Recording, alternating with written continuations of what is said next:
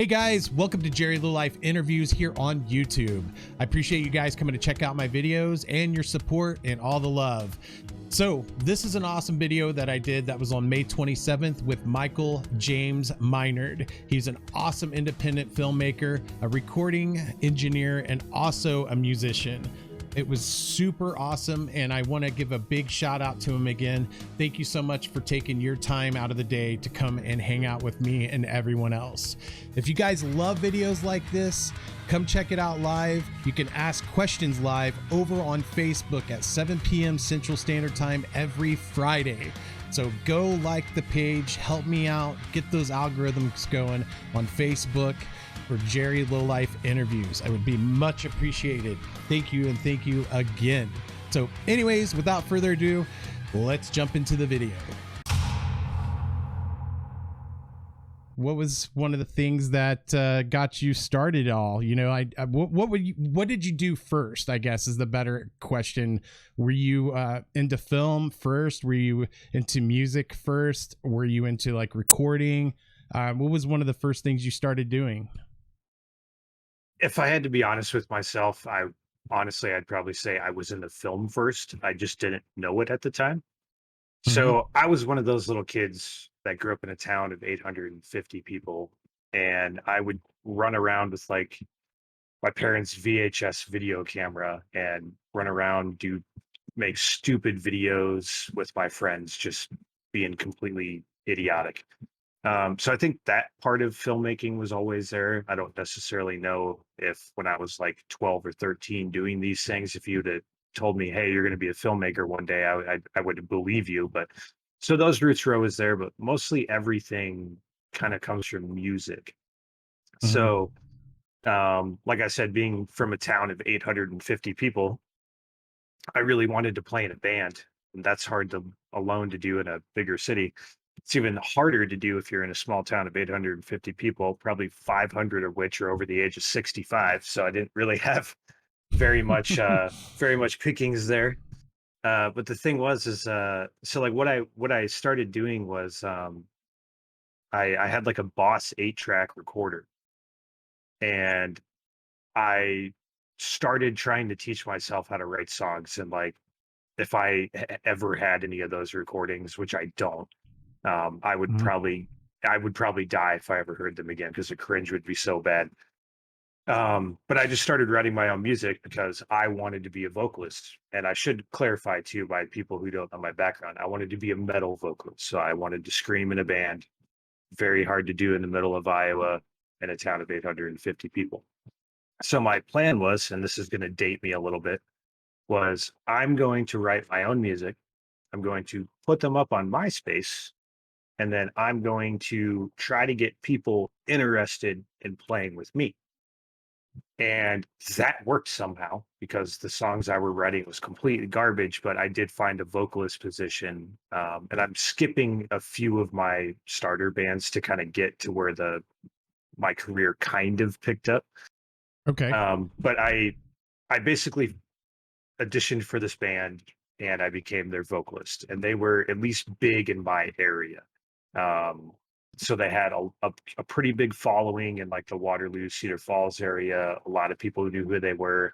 And the great thing about this band for me is when I joined them, I was like 17 years old, and the next youngest member was 24. So these guys really taught me a lot, and they really helped me become like an adult basically, because at this time I was just some young kid that like didn't know shit about life. And so these guys really like took me down a peg and were able to kind of mold me into a decent human being, because at the time I was still an annoying fucking kid. And so yeah, so I joined that band. There was a band called Age of Discord from Iowa. And my first job, after I got out of high school or graduated high school, was building analog recording gear at a business called Chandler Limited.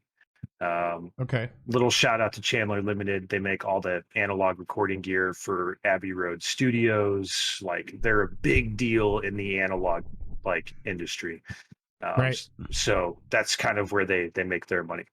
So I was sitting there one day and I was like, I had no plans to go to college. I was like, I just want to be a fucking rock star. Um, but I was sitting there one day and I had this thought in my head, like, I know how to build like these Neve preamps and these power amps inside and out, but like I have no idea how to use them. And so then it sparked me of like, hey, you should go to school for recording and engineering. So I went to the Institute of Production and Recording. Um, Only lasted for about a year because while I was in Minneapolis, I started, I guess, the biggest band you could say that I've ever been in, or the most recognized one, and that was the band of Salt and Swine from Minneapolis. They're Mhm. still going. Noah, our guitar player, Noah Hickman, is actually blowing up on TikTok right now. Dude's fucking incredible musician, always has been. So shout out to him. If you go to TikTok and look at angry or always angry audio, he does fucking super awesome like 8-string covers of like Paramore and stuff. It's awesome. Sick. So Awesome. so yeah, That's cool. he still has that going for him. But anyway, so like I start this band, only go a year to like IPR, and then immediately get signed to Inner Strength Records and like basically just go with that. Leave college, don't do any of that stuff. Just immediately go to full on in this band. Um, Full-fledged dream. Let's go. yeah, full fledged dream. Let's go. And then rolled with that for a while, and then had some personal issues come up. Decided to drop out. Tried making other bands happen. They just didn't have the success that Salt and Swine had. And then, yeah, and then it was just kind of like so. But as I was going during that time, because I am a recording engineer now, Mhm. as I dropped out of IPR and I was in this metal band and doing things, um, I learned from people to the point where I got good enough to just write and record my own music. Mhm. Um, and so I did have that. So I guess your question, what came first? The question was recording technically. Okay. And then the bands came in. And then basically my whole career is I mean, I'm sure you're familiar with this like real well. I was 22 years old, basically homeless, starving to death. And I remember waking up on a mattress on this floor in this apartment that we hadn't paid the heating bill for in the middle of winter. And I remember waking up and like seeing my breath just come out of my mouth towards the ceiling. And I was like, I can't do this anymore. Becomes So, surreal. Becomes surreal. You yeah, see some moments and you're just like, wait a minute, things need to change. yeah, which a lot of people don't understand. Like, I mean, I'm sure you count your blessings 100%, Jerry, but like at the same time, a lot of people don't understand like how hard touring is or just being in a band is. Like it takes its toll on you. Mm-hmm. Which is It's a really where job. it is. It's literally a job. It's a job, and we were young kids, and we were super irresponsible, and it's like I'll tell you how much of a terrible person like I was at least. Like when I found out the rule that like Walmart can't arrest you unless you like steal more than $20 worth of shit. I would go into a Walmart, steal exactly like $19 worth of food, and then I would eat it for Wow. like the Yeah. next 3 days. And like that's how I survived. I would just walk out with it because we didn't have any money. And So so I can seriously relate to that. So I know we've talked about music before, and a lot actually. mhm. And, I worked with a band called Bleed the Sky. And, Yeah, so, which I so funny when you brought them up because I was like mhm. like 19-year-old Michael really liked Bleed the Sky a lot. Right, right. Nice. Well, that's awesome. Great dudes. I don't know if I could have asked for any better place to be in touring, but getting back kind of tie into relation in your story with the Walmart thing. When I first started touring with them, I was with them and making maybe $20 a week, Yeah. and at that moment, all of us, I do mean all of us, we're like starving, dude. It was crazy. And, we go into gas stations, man, and I'll fully admit it. I would go in, we'd like take peanuts and like small candies, and it wasn't a whole lot, but like we would, because we were broke, and if we didn't do that, we weren't going to eat, Yeah. and there were like saviors on the road, like my buddy Ryan Ubel and freaking a guy named Greg Foot, that was just, they're like a saving grace kind of people out there, just to name a few, that would show up randomly at shows and bring us booze and bring us food and like they'd take care of us, because they loved the music and they knew we were hurting. But anyways, just kind of relating to your story as well. So you're at Walmart and you found out that there's like a minimum. I did not know there was a minimum that they would have before you wouldn't get arrested. That's crazy. I did not know that. So yeah, and honestly, I think that information just got spread to us from like other bands in the same boat.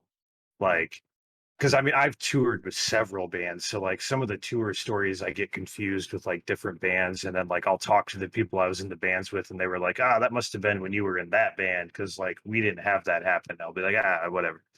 But yeah, like I mean, but bands on the road, like we talk. Like I mean, it's like when you're playing shows, when you're meeting new bands every night, like you talk and like you find out things and like everything else. And so I think I if I remembered the band, I wouldn't say, just to, I guess, protect them for telling us you can rob Walmart. But I don't remember the name of the band, but I Right. literally think I heard on MySpace, someone sent me a MySpace message and was like, "Hey, if you guys need food, as long as you don't go over $20, Walmart won't stop you." I was like, "Cool." Wow. So That's crazy. Huh. yeah, Yeah, I never knew that. Not saying to do that, chat. yeah, Nobody watching this. We no, are not influencing you to do that. don't These are do like, it. don't do it. It's bad. So, anyways, yeah, that's crazy. Yeah, I mean, like I said, I relate to that in those moments big time. You were doing the recording thing for a little bit there too. Mhm. And you were doing that for a while. And in that transition from recording to going into the movie side of it all, what made you push yourself? What was that transition like? Like, what was happening there? What pushed you to do that? Yeah, absolutely. You kind of actually, if we were going in chapters, you kind of just like read my brain. Um, but yeah, I think like I was saying, that starting out with friends, running around with my parents' VHS camera and stuff, like I think those roots were always there, but really what my love of filmmaking came from was honestly from music. Mhm. So like I said, when I wanted to be in a band, but I couldn't find anyone and I wanted to be a vocalist, I just learned how to write my own music. So once I learned how to write my own music, I wanted to learn how to record my own music. So then all of a sudden I have this album and I'm like, well, I should probably have artwork for it. But I didn't want to pay, I didn't have any money to pay anyone to do artwork. So I taught myself how to do artwork and I made my own artwork. And then it was like, okay, well, I have this album now. Um, but now I want to make like a music video for it. So then it was like, well, I don't have any money to pay anyone for a music video. So I'm going to learn how to make my own music videos. And then after Mhm. making 4 or 5 music videos, it was like, fuck music videos. Like I want to make movies. And like that filmmaker spark came back as a kid and I just took off. And so literally, I'm not even joking.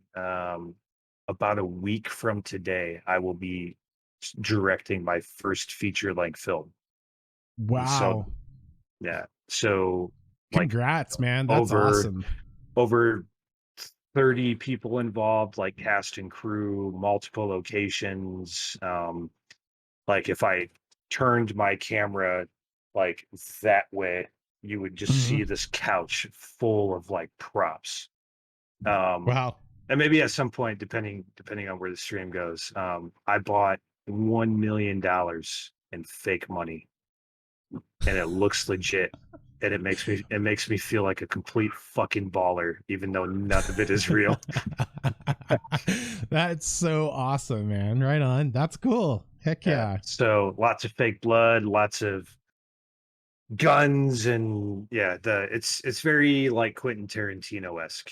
Uh, Cool. so that's it's called The Dead Man Walking. I'm sure Okay. I'm Okay. sure we'll get to plugs later, but right now, Okay. Jerry, I was telling you before this whole thing started, man. I'm just really excited to hang out and talk to you, man. We can talk about whatever you want. So, talking about that and you doing those type of things, and congrats too with it's a full feature film that you're working on, correct? Is that what it Yes. is?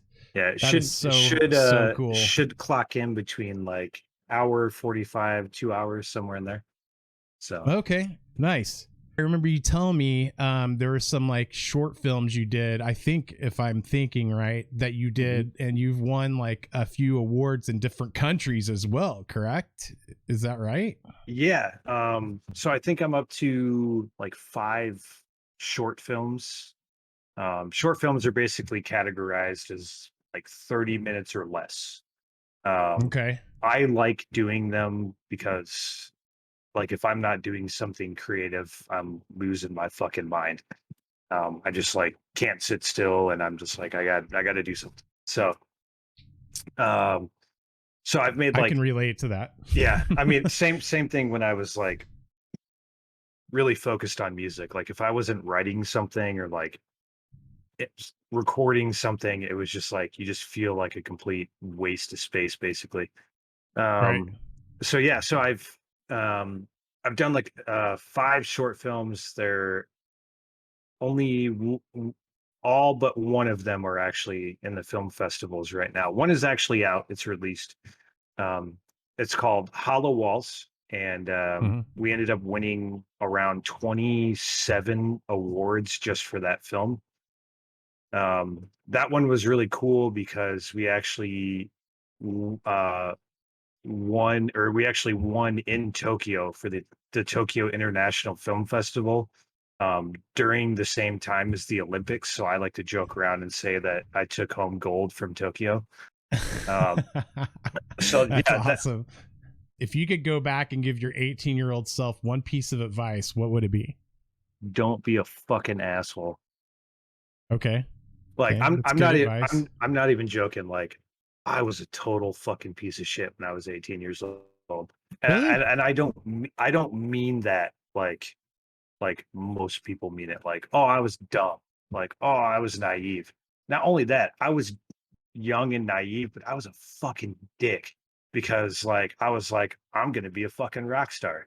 And like literally, like especially 19-year-old Michael, when I did get signed to my first record label, I thought Mhm. I was the fucking shit.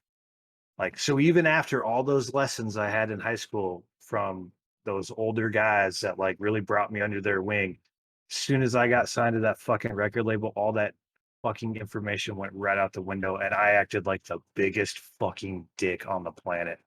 And honestly, I wouldn't go back in time to tell my 18-year-old self anything. I would go back in time to slap the fuck out of my 18-year-old self. Like I tell my wife all the time, like, I'm so glad you didn't meet me when I was like in high school or something like that, because I was a fucking dick. So Wow. Yeah. I mean, I'm just being real. I was a fucking piece of shit. well, I think we all have our moments, and just, I mean, I could say there's parts of me that stay the same, but then there's some things that have changed a lot, and I can even say like 4 or 5 years ago, I'm not even the same person I was, Mhm. shoot, I'm not even the same person I was 3 years ago, 2 years ago. Things just influence and change and make us who we are, at the end of the day. Do I prefer Windows or Mac? Um, Up until 4 years ago, I would have said Mac, and that includes both like video and music. But finally, my film started getting long enough to where I needed like a custom built PC. And so that's what I have now. And so, yes, now I am a Windows guy. Honestly, I thought I was going to be like a Mac ride or die guy for the rest of my life. Like every Mm-hmm. time someone was like, dude, Same. get a custom PC, I'd be like, nah, man, fuck you, like whatever. but Same. but like I, as soon as my short films got over like 10 minutes in length, like my Mac was just like, boo, I can't do anything because I'm fucking yep. dumb. And Yep. so finally someone was like, hey, you need a bigger graphics card. And I'm like, I don't know what the fuck that means. And they're like, ah, you're a Mac guy. And then as soon as Yep. they explained it to me and I got a custom built PC, I'm like, sweet, I can edit feature length films now and have no issues.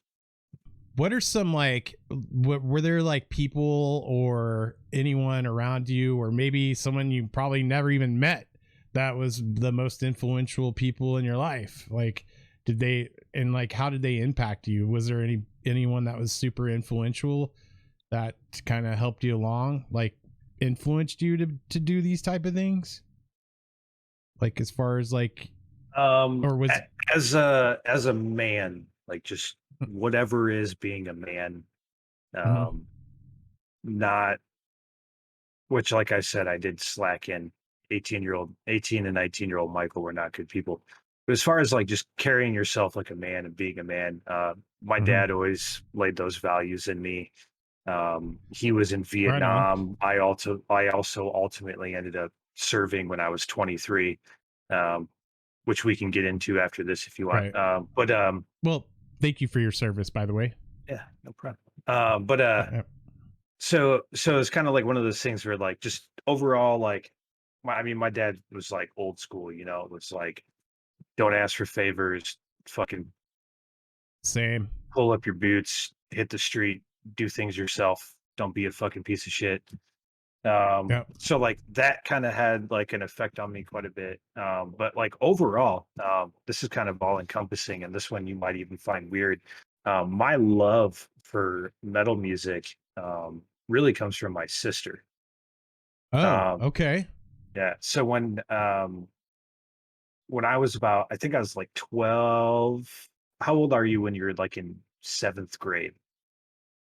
Like Oh 12, God. like 11, Yeah. 12, So somewhere yeah, there. yeah, yeah, yeah, yeah. So she was 2 years older than me, and she bought me a birthday present. And like at the time, like I don't even remember what I was listening to. I don't even think I really had like a taste in music. It was just But kind of there. Yeah. yeah, it was like whatever's on the radio, I don't give a shit. Right. So Right. Right. for my birthday when I was in seventh grade, she bought me "Bless the Martyr, Kiss the Child" by Norma Jean, that album, Okay. and it Yeah. fucking like wrecked me. I was like obsessed with it. I listened to Nice. that album like back to fucking back multiple times. I'm even lucky enough to see Aaron from Me Without You play with Norma Jean during that album. Um, like I was just hooked as soon as I heard that album. Sick. And then that, of course, evolved into like As You Lay Dying was big. So like I got caught up in like the early like metalcore scene, if you will. And then Right. Right. from that it went into like deathcore and like, Suicide Silence, Carnifex was like really big coming out at the time. Good Um, bands. okay, I'm not embarrassed to say this. I'm not embarrassed to say this because I know they catch a lot Okay. of hate. But like for a long time, my favorite album of all time was not 10 Cents You Should Leave, Before the Gallows by Amir. Okay. Amir Yeah. has since then gone in kind of a unique direction, which I don't fully support. Right. But I've talked to Frankie several times. Like to me, he's always been nice, so I won't talk shit about him, even though I know some people are ready and willing to. So I won't say anything about him, but like, yeah, I got caught up in like the deathcore phase and then got caught up in like the gent phase, and I kind of like molded with time. And then I don't Mhm. know what year it was. I don't know if this goes goes for you, Jerry, but it was like as soon as I turned 25, I was like, yeah, fuck any new music. I'm just gonna listen to everything I've listened to for like the last 10 years. So Okay. I don't know. Yeah. Occasionally, I will discover a new band. So recently, I discovered the band Sleep Token, which I'm absolutely in love with. I think they're fucking incredible. Um, Awesome. yeah. So I I'll have to do check that out. occasionally catch a new one, but I also do find myself listening to like "Burning Bridges" by Haste the Day from like 2003. So I mean, Right. Right. yeah. I mean, dude, with me, when I was touring, it's like when it's your life and you're at festivals, you're at new shows all the time, you're seeing new stuff and you're meeting new bands and upcoming and huge ones that have been. Rammstein's playing one stage where there's this like other band that you've never heard of that's only been in Germany for freaking 2 months is like upcoming. And so you're constantly being surrounded by it all. And also I'd like to add off subject somewhat. So there's one thing we still have in common with too, is my sister was a big influence on me as well. She was listening to stuff like, my age is a little bit older than you, but growing up, my sister was listening to Kiss, Def Leppard, Led Zeppelin, Black Sabbath. Like, she's listening to like all this stuff, and that all influenced me as well. So I can relate with you on that level. But coming back to the whole music thing, you know, I just got so burnt out. I mean, I love metal. Don't get me wrong. I freaking love metal. But there comes a time where you're like around it so much that you're just like, yep, that's the last thing I want to hear getting on a bus and winding down for the day, because I dealt with a festival for 15 hours and all I heard was for freaking the last month and a half. And I'm like 24 hours away from being at home. You know what I mean? On a plane from Europe, like, turn it off, you know, like, and I'm like, I started listening to like EDM stuff. I started listening to like dubstep. So I have to interrupt you for a second. Go ahead. Some of these fine people might have heard this story. So I'm not saying this is like a Michael James Minard exclusive or whatever, but can you please tell your listeners right now the story about you making an EDM beat with a bunch of farts? Oh my God. So, all right. Okay, chat. You might have actually told me too much about you over our history, because I might bring up some embarrassing shit from time to time. It's not embarrassing, to be honest. No, it's so funny because it's like the best, it's like the best prank on anyone that you could play if you know the context. It's okay. Long story short, I will, because I probably talked to him extensively. It was probably an elongated story, but I'll get to the main points. All right. So chat, basically what happened was I was on tour and it was with Devin Townsend and Fear Factory. And we're in Europe. We're on like this almost 3-month tour, sharing a bus that has like 24 bunks on the top.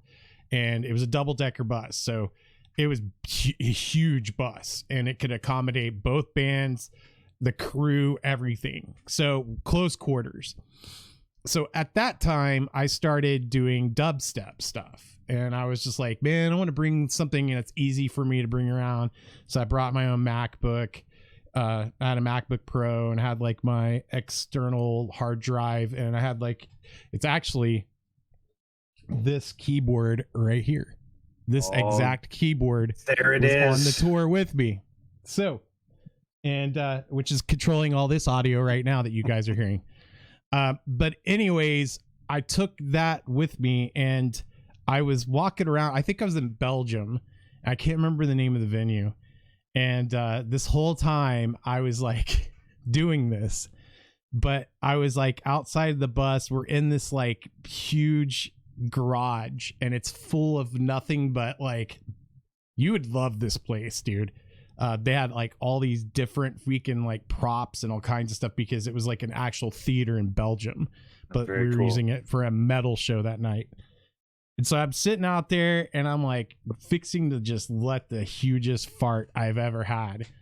And right at that moment, I take my phone out to record my fart. And I've been doing this for a while. But this time I get caught by Devin Townsend recording my fart. And Devin's like, what are you doing? I'm like, recording my farts. He's like, what? Why? He's smiling. And I'm like, well, you know, I'm using it to like make samples, and I'm going to make it for like my lower end bass samples. And, you know, you manipulate them and you get your bass sounds from it. And he was just all like, that's genius. I want everybody from now on to record their farts the rest of the tour. So everyone on the tour started recording their farts. So getting to what James is talking about, I was doing like some side shows. And what I mean by side shows is days off. I was booking like club gigs and stuff like that. So I would go out and do these dubstep shows, like small little skits. And I'm playing my music and all these people are in the crowd dancing. But what they don't know is all my bass lines were wrote from my flatulence. So they're out there like dancing to like my farts. essentially. So anyways, that's I love the that story. Such a great story. So yeah, there you go. I mean, we could go All off. right. We could go off the deep end with tour stories, man. Just I crazy. I have so many ridiculous tour stories. Yeah.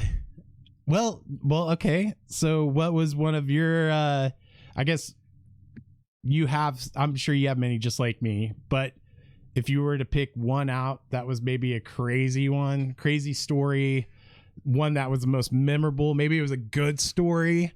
If you were going to pick one of those, which one would it be? Oh man. Um, I think I'd like the first one that comes to mind, I think, is I won't name any of the bands just because I mean the story doesn't necessarily shed them in a bad light, but just be safe, whatever. So Right. we we're headed back out west from the Midwest, and our stops were like it was kind of a brutal trip because it was like Fort Collins, Colorado, and then it was like Salt Lake City, Utah, and then we had to drive all the way back overnight up to Spokane, Washington. Uh-huh. So it was that drive from like Salt Lake City to Spokane was just brutal. Um, but yeah, so we're in Fort Collins, Colorado. Get done playing the show, and our tour manager knows some people like in the area. He's like, "Hey, this guy, he has like this apartment. Said we could totally stay there. It's fucking chill. Like it's gonna be fun." So Okay. we all go there, and this is basically in Colorado when I think they were pretty much the only state at the time that had legalized marijuana. Okay. This Yeah. Yeah. is Yeah. this is like 2011, 10, somewhere in there. Sounds about right. Yeah. Mm-hmm. And so of course we walk in and on this guy's okay, so I gotta explain one thing. I gotta explain one thing But before I tell the go story. ahead. Go ahead. Okay. So we were a big proponent of like playing tour games.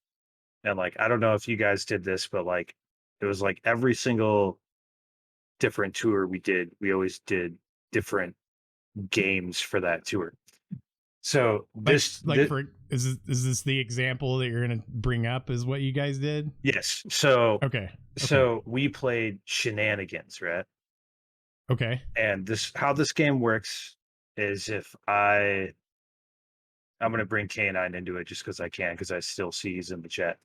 So Okay. if when I got into the chat and K9 came in and you had said, "Dang, K9 looks so good. I'm gonna go make out with him right now."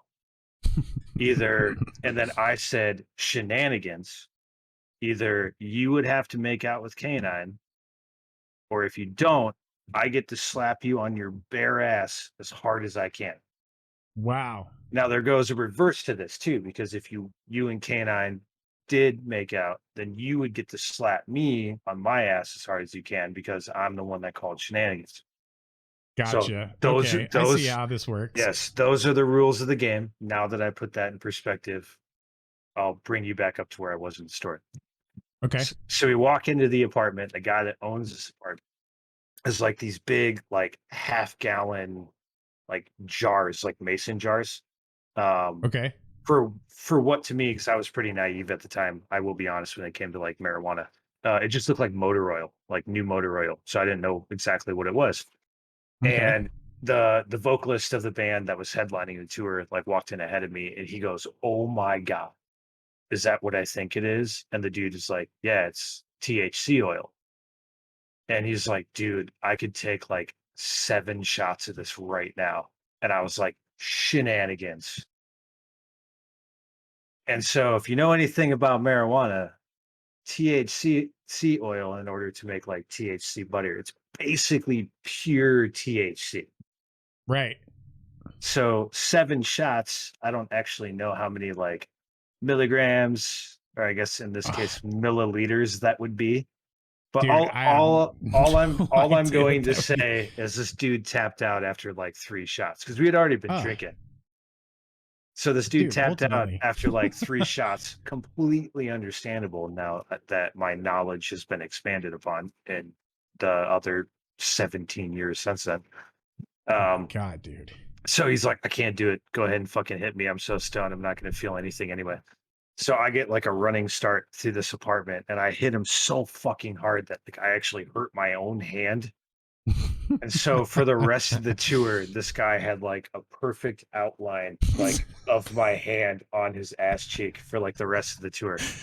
Oh my God, it's so awesome. But he never did make that mistake ever again. I bet not. I mean, I wouldn't. That's crazy. Holy crap. But yeah, we were brutal. Like the early days, like I mean, we went through like we would pick a word every day that you couldn't say. And if you Mhm. said it, someone would like they could basically like nut tap you.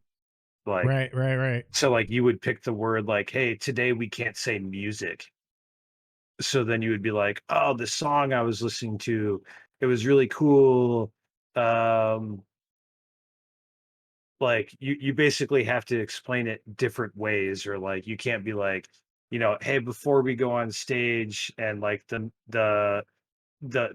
noise starts, like I mean there would be like different words that we would use, but it was Mhm. like as long as you remembered not to use them you would be okay, or else. But like, Right. yeah, like this isn't so much a tour story, but I remember one of my buddies doing this and we were in the Mall of America, and I don't know who's ever been to the Mall of America, but like from their first floor to their second floor is way higher than the other floors, and I don't know why. But like their escalators from like the first floor to the second floor, it's like a good probably like 30-second trip. I don't know why. Okay. But he said a word at the bottom of the escalator. A sack tapped him. He dropped to his knees, laid down on the escalator, and just rode it laying down like all the way up the escalator. And then when we got to the top, he just continued to lay there. And since we were dickheads, like I said earlier, we all left him. And then he had like a Wow. bunch of like Midwestern tourists pissed off at him because he wouldn't move and they had to step over it. Jeez. Wow. Yeah. That's some crazy stuff there. Yeah, I mean, But we were kids, man. Like absolutely. No, you were older when you kind of did like the touring thing. I mean, we were just fucking stupid, like I said, man. I'm trying to, because the chat so far has been saying they love stories. So I'm trying to remember like the first time we like officially met, Mhm. because we had played, like we've been playing Call of Duty together here and there sporadically, and like we got along, like nothing was fine or nothing was bad about that. There was like Right. one moment, and I'm trying to remember what that moment was, where it was like, oh fuck, like we basically did the same thing to a certain extent, and then it was like from that point on, it was like, bam, fucking team Jerry and Michael in the same chat party, like Right. Michael James Minard becomes Jerry's fucking meat shield, and he just kills everybody in Call of Duty and leaves me Yeah, to die. yeah. The video games. Yeah. Oh yeah. Yeah, Yeah. Those were good times. yeah. I They don't still remember could be. because I was talking to somebody else, and you were in the party, and they just were Mhm. like, "What do you do?" And I was like, "I'm a metal musician." And they were like, "Oh, cool." And you were like, "Hey, man, like, like, how much experience do you have?" Basically, like you said it in a polite way. It wasn't like being condescending or anything. Yeah, Yeah, yeah, but yeah, then it was like everyone else in the chat at that moment was like, "Yeah, fuck them. Like it's fucking Jerry and Michael time," and we just owned that chat party, and yeah. like no one else talked, and it was just you and me going back and forth, just Yeah, tons. yeah, yeah. There was like a ton of that understanding. I was like, kind of like, it was more or less along the lines I know, like asking you, do you know this band? You've heard this? Okay, what's your touring And you experience? just Oh, you've done this, and you were you just just throwing out labels, and I was blowing like, my mind cool. over and over and over again. It was super cool. Yeah, that was it. I remember that. I remember what you were talking about. So yeah, it's kind of crazy how like you'll just randomly and again, talking about the whole social networking, and it's weird, like you don't think about those things, but when you're like sitting at home, you're not really doing much, it's like the way I look at it is I don't really drink anymore or do anything. It beat going out to a bar and getting shredded than freaking just staying home and playing some games, hanging out with some buddies online. So are you doing other things like other than like are you working, not to get in your personal life, but are you working a job right now, or are you doing film like a lot? Is what's your focus right now? Do you do both? Are you like working and doing film? Yeah, so I literally do both, but I was lucky enough to get a job in the industry that I want to pursue for fun. So I Mm-hmm. work for a local news agency. IPAs are hitting a little bit. Sorry. um, You're good. I work for a local news agency. I don't really deal too well with news, but I'm one of their commercial videographers. Okay. So like I'm not sure what like the news station in like Oklahoma would be like in your area. Mm-hmm. But all of the local businesses in their coverage area that want to put commercials on there, they send out like commercial videographers and directors in order to do that. Mm-hmm. So Mm-hmm. I basically do that here in Iowa. So if a local business, like, for example, I did one for a jewelry store today. Okay. They wanted to highlight their product of lab cut diamonds. So they look the same. They basically are the same, but they cost 50% less because they're not traditional diamonds. Okay. So they were like, here's some bullet points. What can you do for us? So I wrote them a script. They okayed the script. I went to the jewelry store. I shot a bunch of cool cinematic shots of their jewelry and their diamonds. And then like pieced it together and I made them a 30-second commercial. So my job basically is directing and editing commercials for like the news station that I work at. Okay. But by trade, I am still a filmmaker. But what's helpful for the news station is I'm using my filmmaking talents to help them, if you will. Right. And that's one thing I was going to hit is that you're at least getting to do something that's in relation to the stuff that you want to do. Mhm. So like that's awesome because it's per se the quote, you're keeping your knife sharp.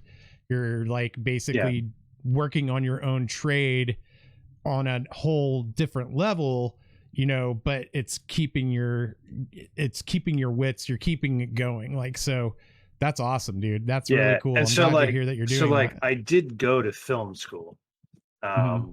Like I guess I mentioned earlier that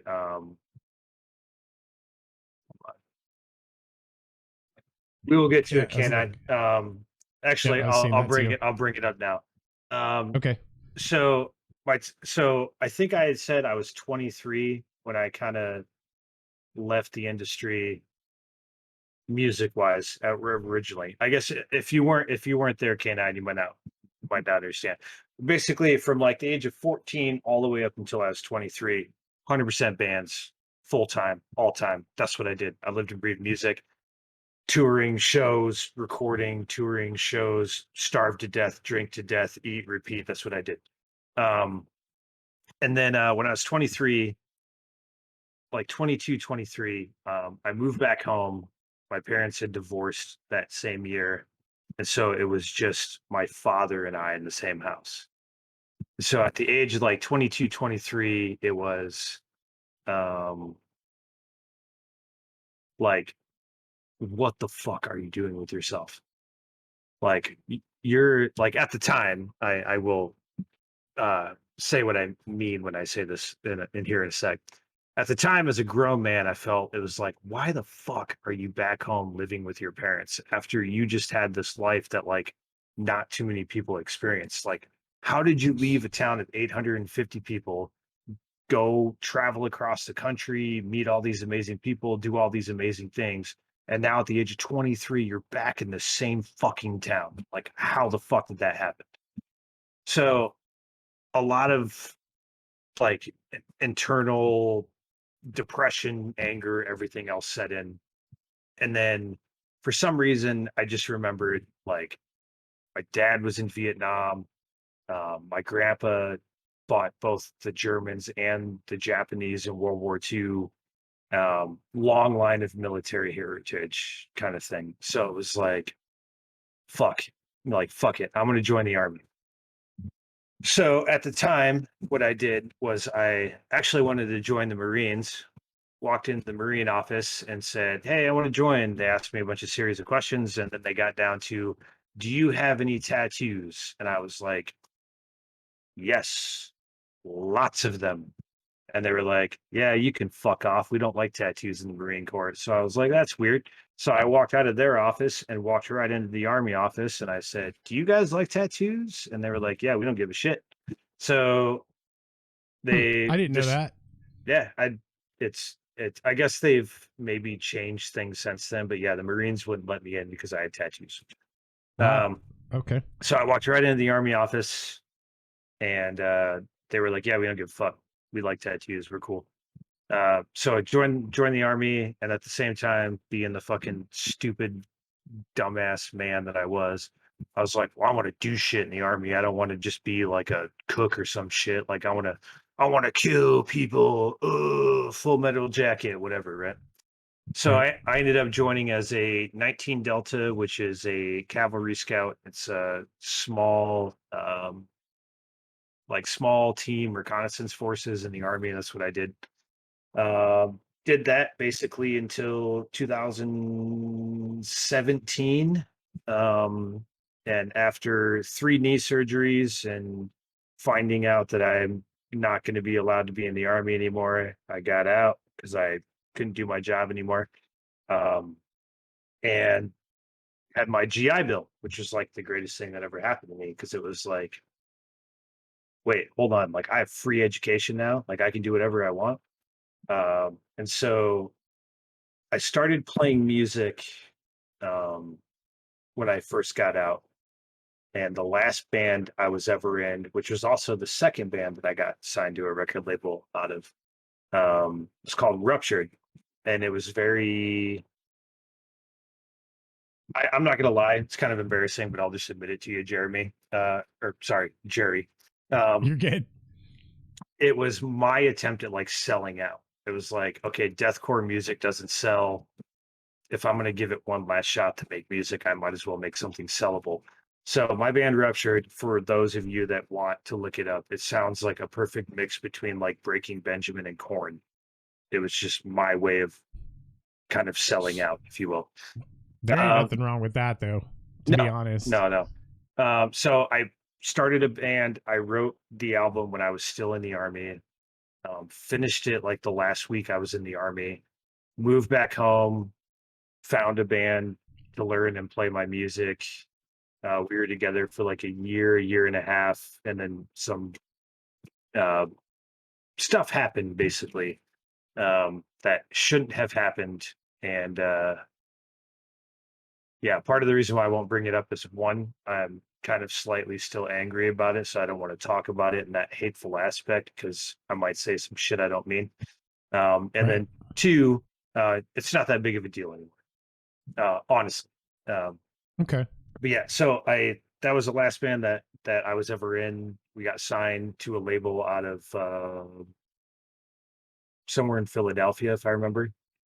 But then so then I had my GI Bill. So then that was really the band that I was doing music video for, is and like really making an effort to do more things.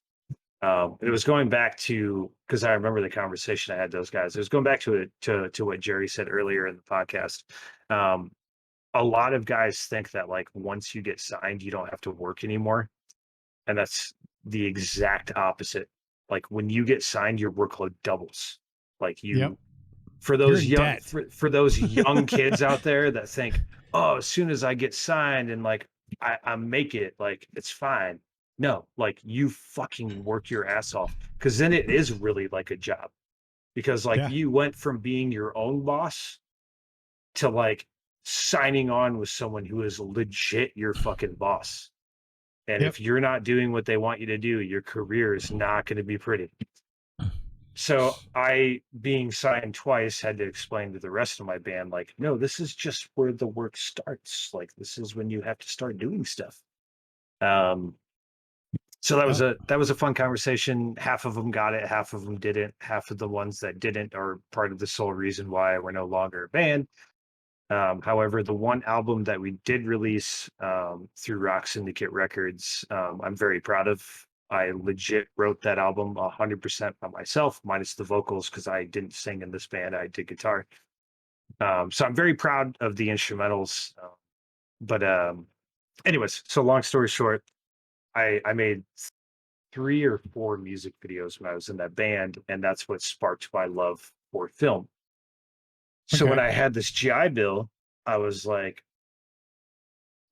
at first I was like, what am I going to do? Like, I'm a big history buff, so like I thought about like, well, maybe you should be a history teacher, get a teaching degree. Right. Right. And then I talked to several people about trying to be a history teacher, and they were like, hey man, it's really hard to get into. Like, there's a lot of people that want to be history teachers, so you'll probably be like a special ed teacher for like 20 years before you even get your shot. And like, no offense against special ed kids. Like, I was friends with a lot of them in high school. It's just not something that I felt like I was cut out to do. So I was like, well, maybe I shouldn't do that. Um, and then it was kind of like flip flopping. Like, I had already had the recording and engineering experience, so I didn't really want to do that again. Mhm. But then that fire that was lit doing the music videos, it was like, I want to go to film school. I want to learn how to make movies. Like, Yeah. I want to feel that same rush making movies that like I felt like when I was a kid in like the early 90s, like walking into a blockbuster and just seeing fucking movies all around me. Like, I wanted a movie that I made to be accessible to some little kid like I was in Blockbuster, and like experiencing something that I made. That's Um, pretty awesome, dude. That's cool. yeah. And so that's like kind of how it happened. And I've just worked my way up. It started with short films, things that I knew I could control.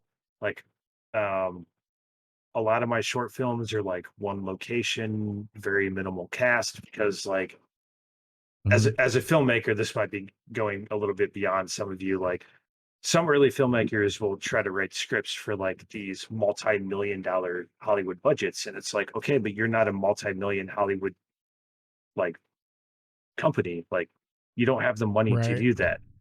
So Right. you have to write scripts with what you know you can do. So a lot of my early short films are, 2 or 3 actors, one location, maybe two. And then I've just worked my way up to The Dead Man Walking, which is what my feature length film is called. Um, Basically, we start filming this next week. So, Okay. and Is there like if we need something to do, why we go to, because if we're excuse me, if we're running out of time of people getting bored to hearing Michael talk, no, that's um, not. No. on my YouTube channel that I connected Mhm. with you earlier, Uh-huh. the unofficial trailer of The Dead Man Walking is on that YouTube channel. So what I did with my YouTube channel is I posted a few of those music videos I was talking about like before I went to film school. I Right. posted all of my student films while I was in the film school. And then I have everything since then. So my playlists are life before film school, life during film school, and life after film school. And I wanted to try to remain transparent so that like aspiring filmmakers out there, like if they for some reason think like, dude, you're fucking crazy, you're so good, like I'm never gonna be as good as you. I'll be like, hold on, man. Like, it takes a lot of Right. time, it takes a lot of work. Go to my YouTube channel, check out Life Before Film School, and you will see that growth pattern. Everyone starts somewhere. Like, you're not going to be a master all at once. Right. Right. Right. So I wanted to be transparent, so like people aren't, you know, thinking like, oh man, I can all I got is an iPhone. I can never do this. Like, there's even a short film on my YouTube channel where I use nothing but an iPhone just to prove that anyone can do it. Right. Right. So, That's awesome, dude.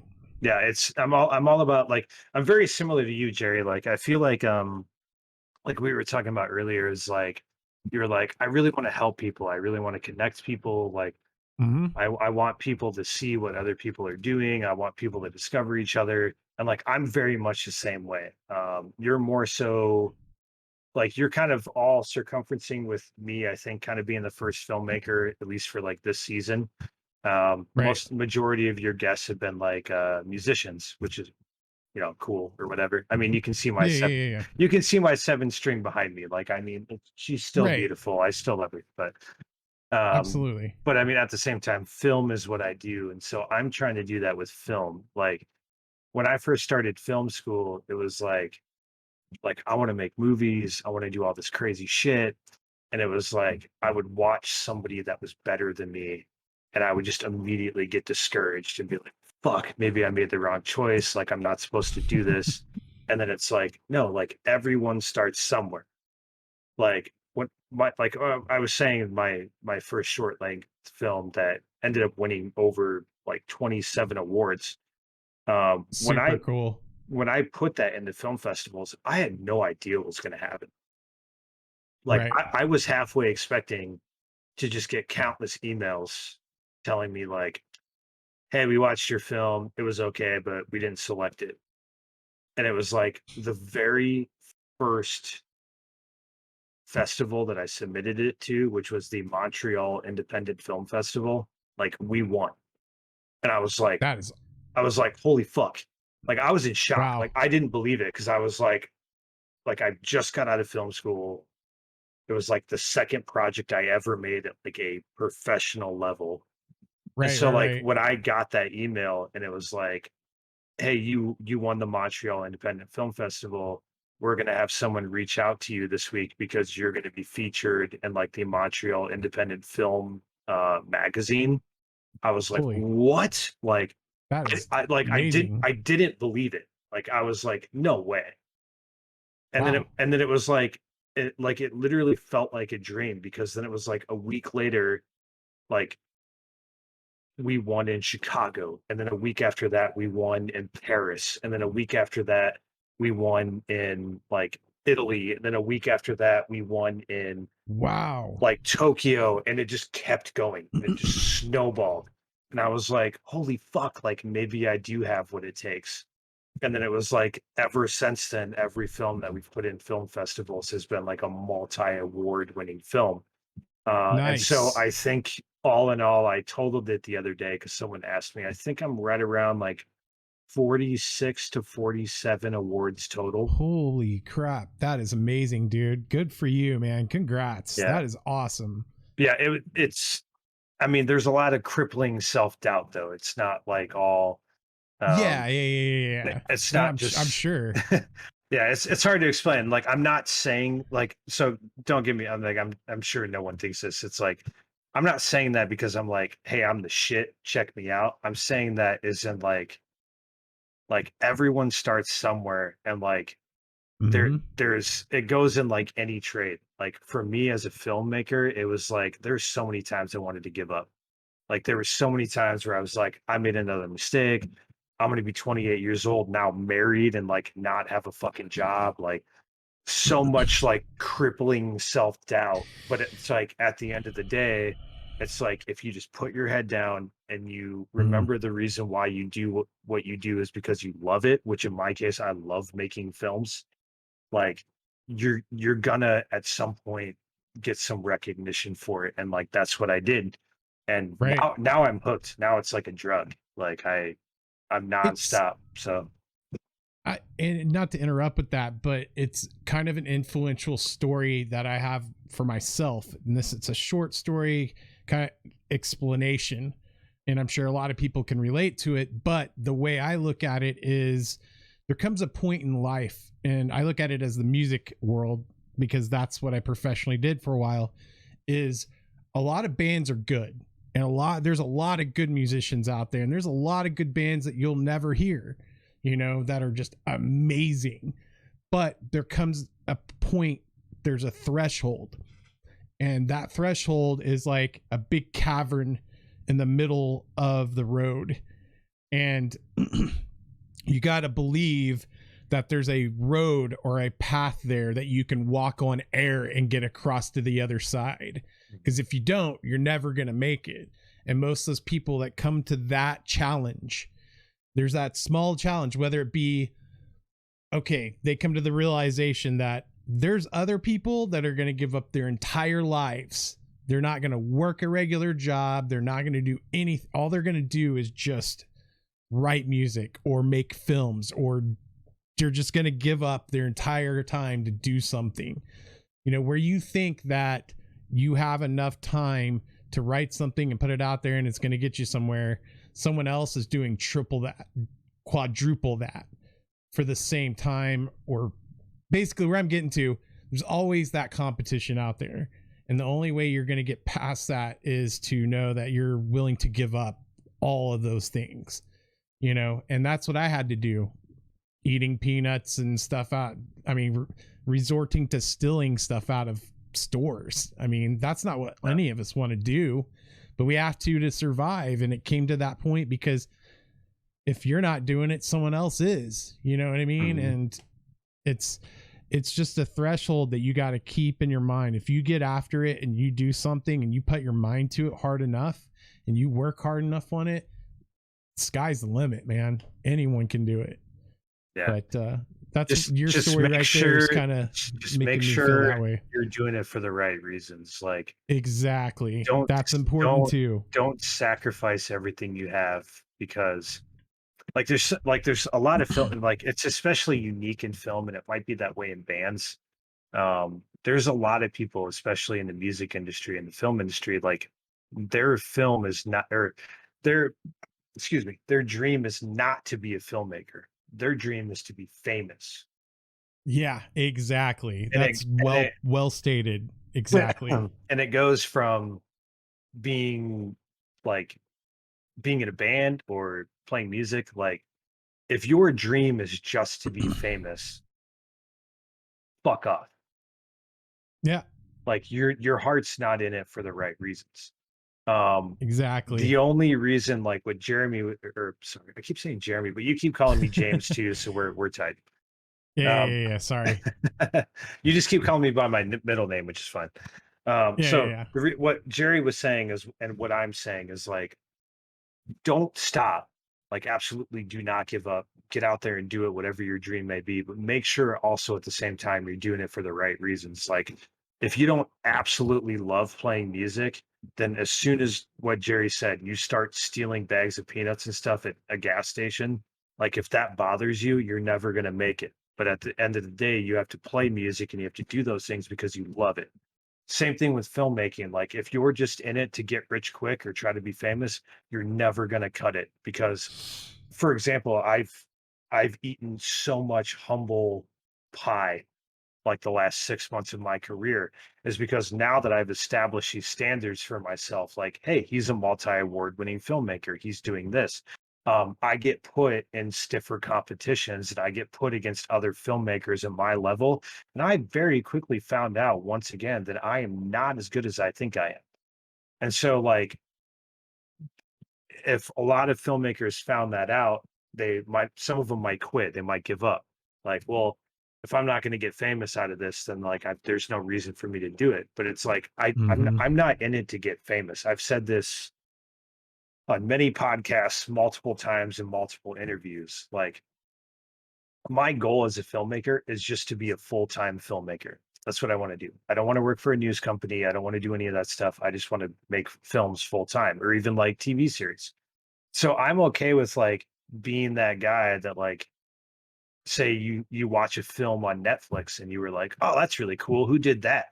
And then, like, you see my name and you're like, who the fuck is that guy? Like, I'm okay with being that guy, like, that no one knows, as long as I'm making films full time. But bottom line is, like, whether it be music, whether it be movies, whether it be whatever you set your mind to, like, make sure you're doing it for the right reasons. And then once you find that right reason, like Jerry said, don't give up. Stay in the zone, scan your lane, do whatever you got to do. Mm-hmm. Absolutely. And that's why I like in life that there's that barrier. There's that not physical barrier, but that mental understanding barrier in life that it puts you in check. You'll get so far if you're not passionate about it and you don't absolutely love what you're doing. There's going to be that barrier that one day you're going to face, and you've done all this stuff up until that point, and there's going to be that real life barrier that goes, so how real are you about this? Do you really want to go down this road? And it's that road that once you cross that line, there's no looking back. Like, you cross that line, that's the I had a word for it at one point in time, and it rules with everything in general. If you're not passionate about the thing you're doing at the time, the dream per se, you will not get past that barrier. It's just not going to happen. And that's what divides, I guess, in better terms, the men from the boys, I guess you could say. Yeah. Nothing, the girls from the women, everything, like, not just, I'm not just saying it's guys or just girls or whatever. I'm just saying that's what divides the thing of who's real and who's not, I guess you could say. The go-getters from the wannabes. Yeah, exactly, in better terms. So yeah, that's a good conversation. That's a good point to make there. Especially when you're looking at your dream and doing it for the right reasons, just like you were saying. It's, you have to be there for those right reasons. I think a good example, and this honestly is like one of the biggest shout outs I can give to Jerry Chet. I have a brother-in-law who's quite a bit younger than me. I think he's 16 or 17. He basically idolizes me, wants to play in metal bands. Every time I'm around him, he's always 20 questions like, hey, do you know this band? Have you ever played with this band? Like, and some of them I have, so I can, answer some questions, but just obsessed with metal music, same rebellious kid I was in high school. And so one day my in-laws approached me and just said, hey, he really wants to pursue music and play in a band. Would you be willing to talk to him? And the first person I thought about was Jerry. And it's not that I wouldn't talk to him, because I would have, but Jerry, in the realm of like music, has accomplished leagues more than me. So I could tell him, as his brother-in-law, just give him some advice, whatever it may be, but he's not going to take me seriously.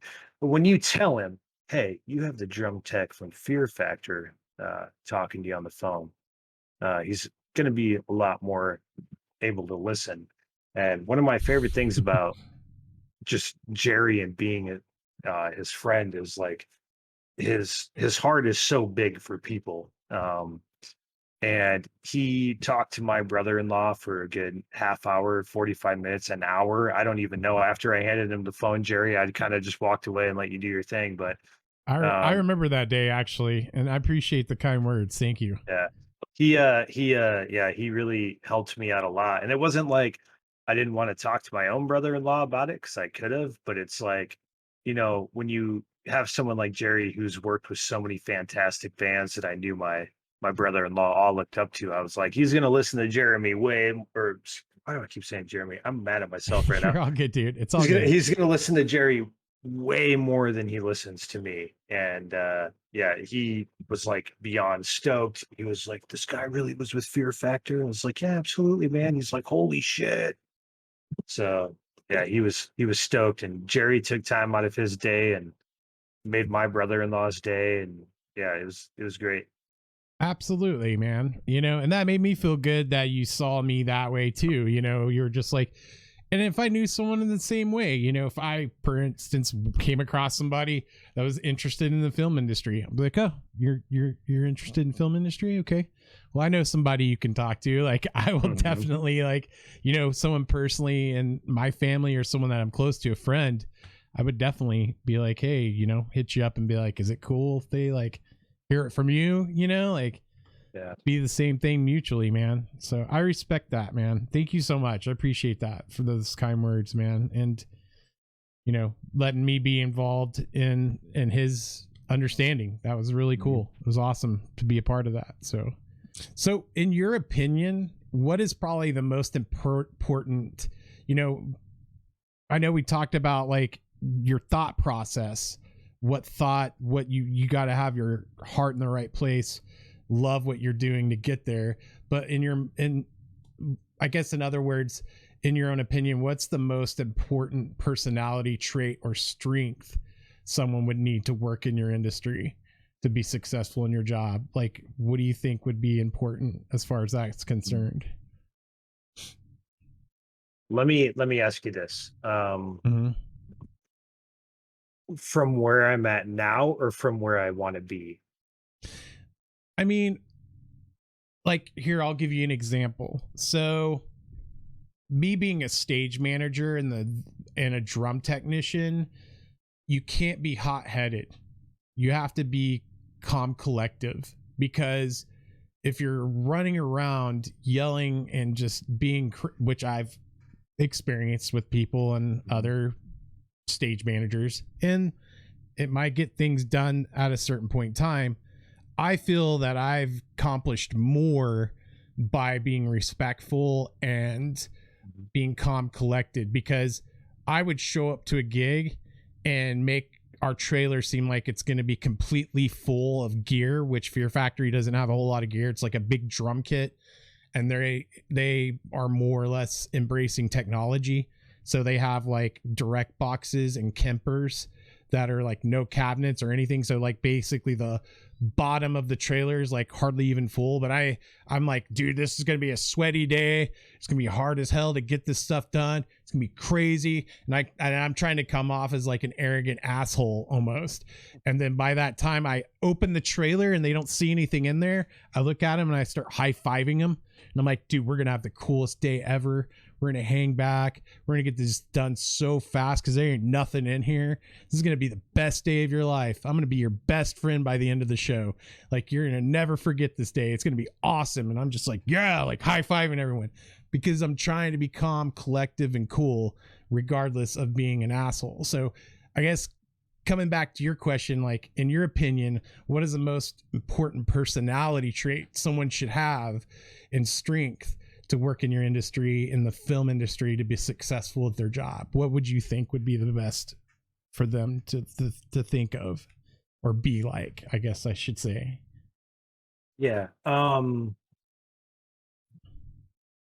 Like in the film industry itself, like know your craft, Mm-hmm. first and foremost. So whether that be knowing the gear you're using, like just knowing various shots and how individual shots tell different stories, things of that sort. Like if we really went like deep into filmmaking, like I could tell you Right. some things where you were like, holy fuck, like I've never even thought about that in my entire life. Okay. For me personally, this is just a thing I've applied over my entire life. And I feel Mm-hmm. like it kind of helps me in filmmaking or even being a dad sometimes or being a husband. Is in the military, we had a saying, slow is smooth and smooth is fast. And Okay. so when I use this saying, it means like don't rush, because if you rush, you're going to make mistakes. So slow is smooth. So if you don't rush and you don't make mistakes, you're going to get the job done faster. So slow is smooth, smooth is fast. Okay. I get what you're And saying. I've utilized that in a lot of aspects of my life. Like even when I'm squared up to a golf ball before I hit my driver, I will Mm-hmm. say slow is smooth, smooth is fast. So I don't try to crush my golf ball. I just swing it naturally and let the club do its job. There you go. But that also comes in across like on set too. So it's like if you're running around with like like a chicken with your head cut off, and you're just like yelling at people and you're screaming at people, like Reckless. all you're gonna do is like create a bad environment. That is great, by the way. I've never seen you do that. All you're gonna do is just create an unstable environment. But like if you calmly, like you said, just like another military term, embrace the suck, like you're gonna have bad days. But it's like if you just calmly embrace the suck and you just go, I need you to do this, I need you to do this, I need you to do this, and you make it very clear like what their job is, it's gonna go by quick. Um, Absolutely. so like in any craft, like I mean, know your gear, plan ahead, like make sure you do some, you know, we call it pre-production in filmmaking, but like um I mean bands practice for a reason before playing a show. We do um pre-production too. We'll yeah, set up like we'll have studios in LA that I'll go to and we'll get a whole show set up inside a big room and the band will just rehearse just like you're saying. Yep. yeah. So I mean, like know your craft, like don't be a fucking idiot. And I say that lightly, and the fact is like know your craft. But like yeah, like keep your demeanor, like I mean understand that like Mhm. you have multiple components working, you have different things going on. And yeah, so the saying that I always kind of live my life by is slow is smooth and smooth is fast. So something I was telling Jerry about before we started is the kind of the cool thing about being a filmmaker is you get a chance to order certain props for your films. And so I'm going to show you one prop that makes me feel super fucking cool. But I promise you right now, I am not cool at all. So this is roughly about six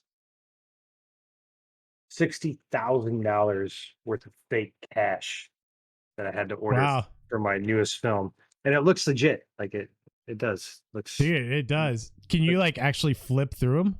yeah, yeah. So like if you, I don't know if you can see it on camera, but like Okay. Yeah. I see it. they have Yep. notes, like they have paper in between, but there is notes like on the backside and stuff. I Yeah, see. Okay.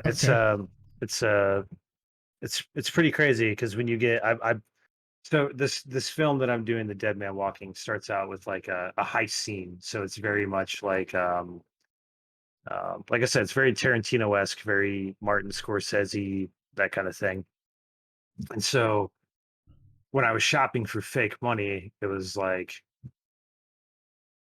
I need to fill 3 duffel bags worth of money. So I needed notes like this that you see to fill 3 duffel bags. And so very quickly I realized I'm going to need about $1 million worth of fake money in order to make this happen. And so having $1 million worth of fake notes sent to you is pretty fucking crazy. That is Yeah. crazy. Kind of letting the slide play a little bit again. That's on your YouTube channel. So this is like the Dead Man Walking's kind of teaser, correct? Yeah, it's the unofficial trailer, if you will. This is what we made to help us crowdfund that film and things like that. Um, but yeah, Nice. yeah. So I remembered this on my way back upstairs, and I was like, I gotta tell Jerry, hey boy, we finally made it, man. And then That's so awesome. Right on. so That's cool. What's one question you wished I asked you and how would you have answered it? one question you would have asked. Um, I don't Yeah. really know because, like, I mean, as a filmmaker, you could have been like, you know, what's your favorite directors, and I kind of have my answers for those. One Okay, question. so what are your favorite directors? Um, Obviously, Tarantino is a big one. David Fincher, he did. Uh, should I explain? Kind I mean, I feel like Tarantino. People know Tarantino. I feel like Yeah, I would would think so. So name some movies Tarantino has done, so that way So people do know. my two favorites, which they're all a cunt hair way of being tied. I love Tarantino that much. Um, He's awesome. I would say my top two favorite movies on the, or actually Tarantino, believe it or not, comes in second and third as my favorite movies ever. I would say my second favorite movie ever is Inglorious Bastards, and my third Okay. favorite movie ever is Once Upon a Time in Hollywood. Okay. Can I However, tell you my favorite from him? yes, shoot, Pulp Fiction. yes, classic. My absolute favorite movie ever. Anyways, just throw that. Yes. I just thought I'd throw it out there since So we're talking about it. my favorite movie ever is Children of Men. Mm. Okay. Oh, excuse me. It's got Clive Clive Owen in it, Michael Caine. Basically, it's like a kind of a post-apocalyptic movie where the entire planet has become like infertile and they can't have kids anymore, so the population is just kind of dying out. Wow. And it is a perfect movie in every single way. It's amazing. Okay. Uh, it's made by, I remember his last name. It's Koran, but I can never remember his first name. But yeah, Children of Men, Inglorious Bastards, and Once Upon a Time in Hollywood are like my top three favorite movies. Pulp Fiction, Nice. for obvious reasons, is an amazing movie. I don't know. I felt like Inglorious Bastards was really when Tarantino was in his meta. Um, Yeah. Yeah. I mean, it's a good movie. Don't get me wrong. I love that movie. You know. and like for me as a So. film student, like the 25-minute opening scene where he's just approaching that French family about the Jews under the floorboards. Obviously, Christoph Waltz is an amazing actor, but like we actually spent like almost 2 weeks straight just analyzing that first 25 minutes of Inglorious Bastards. Wow. All of the camera techniques, the way he uses them to visually tell the story, is incredible. Like, and this is what I was talking about. So, like, I don't know if you want to open up this can of worms, if you will, Jerry. But like, for example, like a filmmaker is not just like shooting things and then like editing them together and then that's how you tell the story. Um, Mm-mm. there's a certain science behind everything you shoot. Um, so like to start off basic, if you do like if I had my beer right here and you did like Mm-hmm. a super close up on my beer, you're showing that beer is like important because like if you're Right. putting Okay. something in a close up, you're showing the viewer, hey, this is important. Remember this beer. Gotcha. Um, Okay. That makes sense. now for example, if I drank 20 of these and you wanted to show me standing up from my chair, like obviously hammered and like walking back towards the stairs behind me, you Mm-hmm. would do it at like a Dutch angle. So it's kind of like an angled shot like this. Okay. And it makes the viewer feel uneasy and disoriented. Okay. Okay. I think I Um, see where you're going with all these right yeah. now. So like for example, like if It's you look at, immersive. You're yeah, making people feel immersive. You're making them feel like yes. you're there and you're actually doing those things that you're adding another element of being there Yeah. So for in a example, part you of can it. see this in different films too. So um like in romantic comedies, you'll generally see what we call like over the shoulder or like medium shots. And they Mm-hmm. generally have like both characters in frame. So Mm-hmm. the camera would be like incorporate the back of my head and my shoulder, and then you would see Jerry.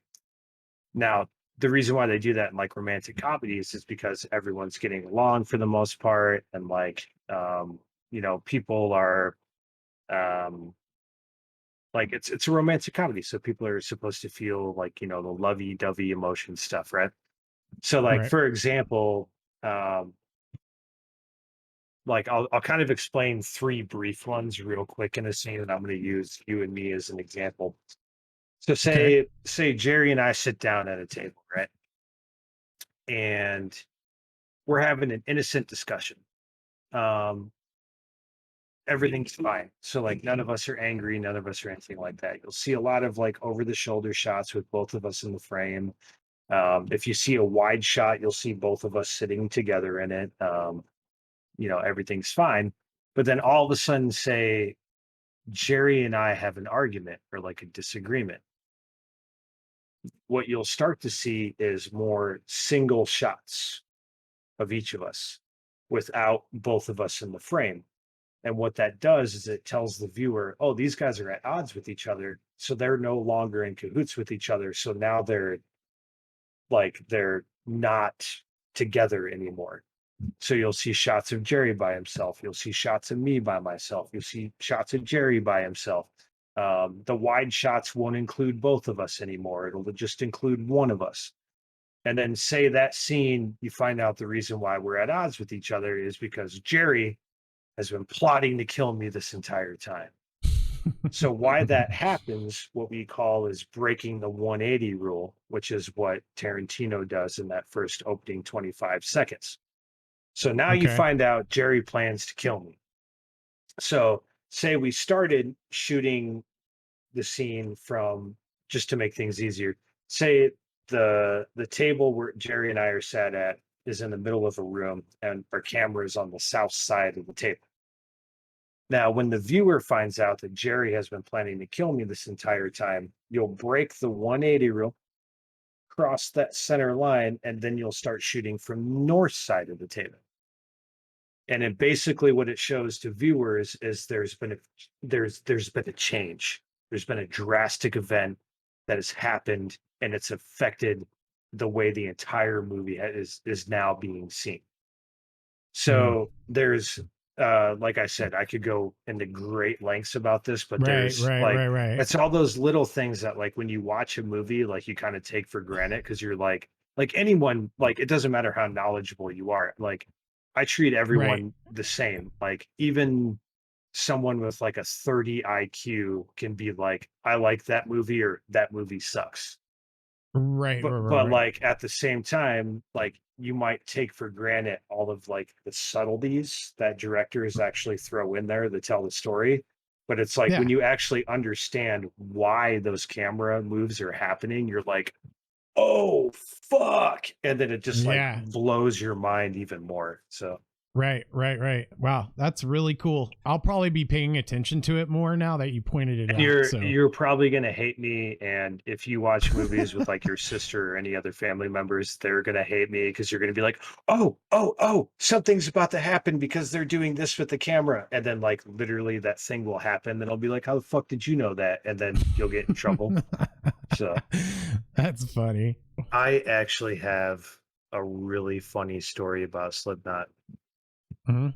So I mentioned earlier in the podcast where I worked for that analog recording uh, manufacturing business. You've told me this. I remember this now that you're talking Yes. about it. Yeah. So, And you had no idea who they were. yeah, exactly. So it's going to sound really funny, but like, this is how dumb I was as like a 17-year-old, 18-year-old kid.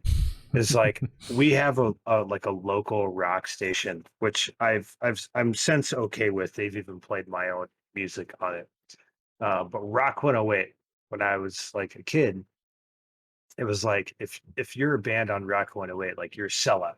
Like Mhm. I don't want anything to do with you. Like I listen to real metal, brutal metal. Right. I don't listen to Right. Rock 108 bullshit. That's dumb. So I worked for this analog recording gear, and so my boss comes up to me on a Friday, and he's like, "Hey man, you can leave early today." I was like, "Why?" And he's like, "Because I need you to come in a couple hours tomorrow, if that's cool." I was like, "Yeah, that's fine." Mhm. So we show up at work, and a couple of Cadillacs pull up. All of a sudden, these dudes get out. I have no idea who the fuck these guys are. And all I know is that they're like a client. I have no idea who they are. And so I load a couple of boxes, some equipment, in the back of their Cadillacs. Mhm. And then later, what I found out is Corey Taylor walks up to me because at the time I think I was wearing like like a Whitechapel t-shirt or something. Like Okay. I don't remember exactly what like deathcore band it was. Okay. But he was like, "Hey man, you like Slipknot?" And I was like, "Nah, fuck them guys." And he was like, "Oh, okay, cool." And then like got in the car and like drove away.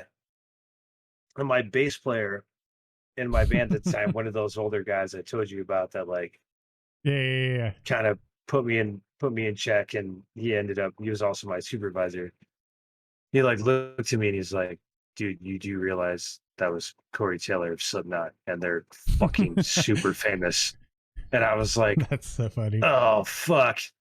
So like from what I've seen of Corey Taylor, I think he's like probably one of those guys that like actually probably commended me for like just being honest to him.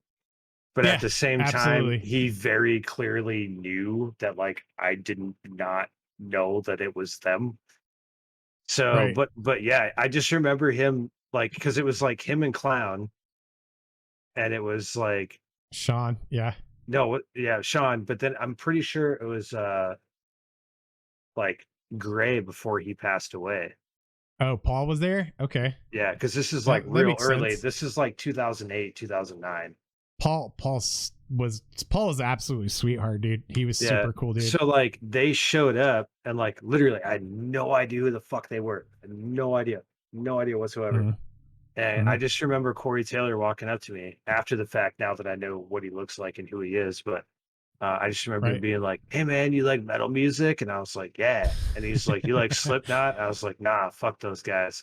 And he was like, "Cool, man." And just like That's got in the car awesome. and like left. And I was like, Yeah.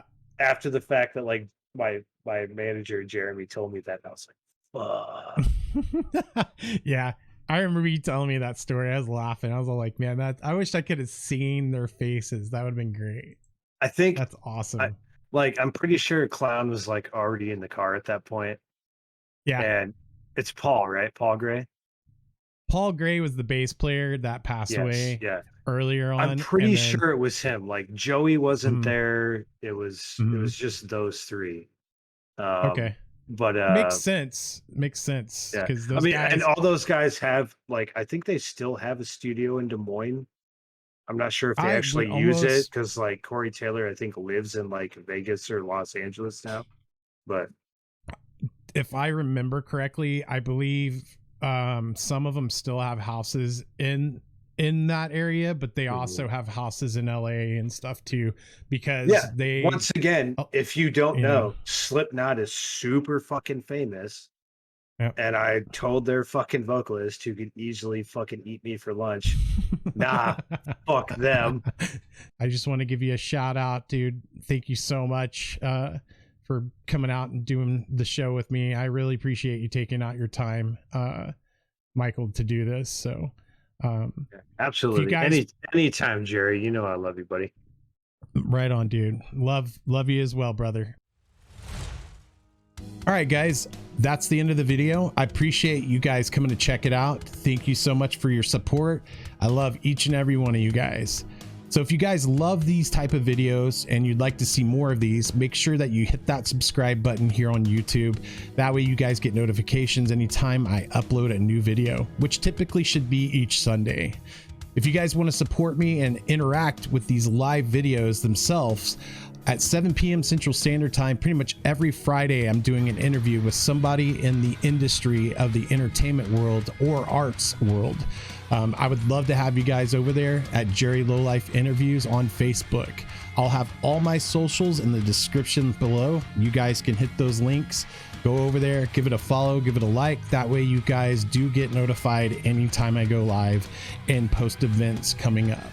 So again, appreciate all you guys. I want to give a special shout out to Michael James Minard. Thank you so much for taking time out of your day and coming to do this video. Also, I will have his links in the description as well. Go over there, give him a like, come check out some of his short films and upcoming events. Interact with them. I'm sure he would really appreciate it. Thank you guys so much. Love you all. Take care. See you soon. For more information on Michael James Minard, just go check out Black Hawk County Productions on Facebook, or just head over to his page on YouTube at Life After Film School and give him a like and a follow.